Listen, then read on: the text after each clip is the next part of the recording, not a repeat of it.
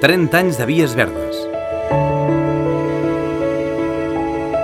Des del 1993, posant en valor les línies ferroviàries en desús i el seu patrimoni històric.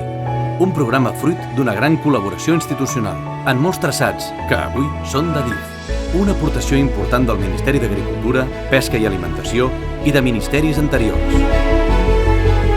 Una aposta de les comunitats autònomes, les diputacions, els ajuntaments i altres entitats locals. La Fundación de los Ferrocarriles Españoles promou i dinamitza les vies verdes des de fa 3 dècades.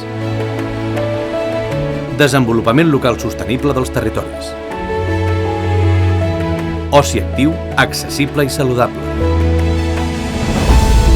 Mobilitat activa i cultura de la bicicleta.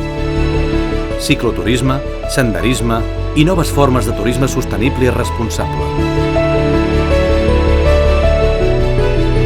Economia circular, reutilitzar, reciclar, recuperar i revalorar les infraestructures del ferrocarril.